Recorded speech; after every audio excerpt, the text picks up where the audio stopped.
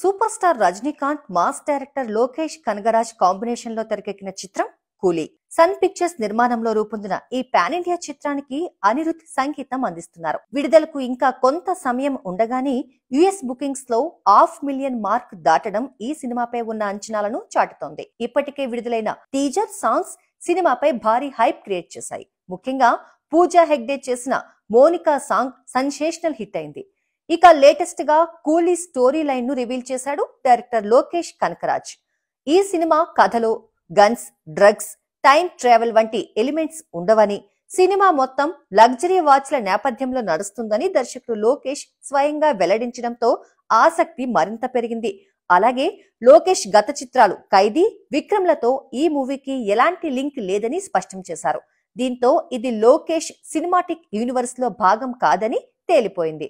మరోవైపు ఈ మూవీలో రజనీకాంత్ కు విలన్ గా టాలీవుడ్ కింగ్ నాగార్జున కనిపించబోతున్నాడు. కింగ్ నాగార్జున రోల్ సినిమాకు ప్రత్యేక ఆకర్షణగా నిలవనుందట.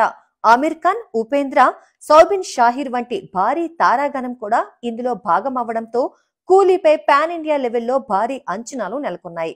ఆగస్టు 14న గ్రాండ్ లెవెల్లో కూలీ రిలీజ్ కు రెడీ అవుతోంది.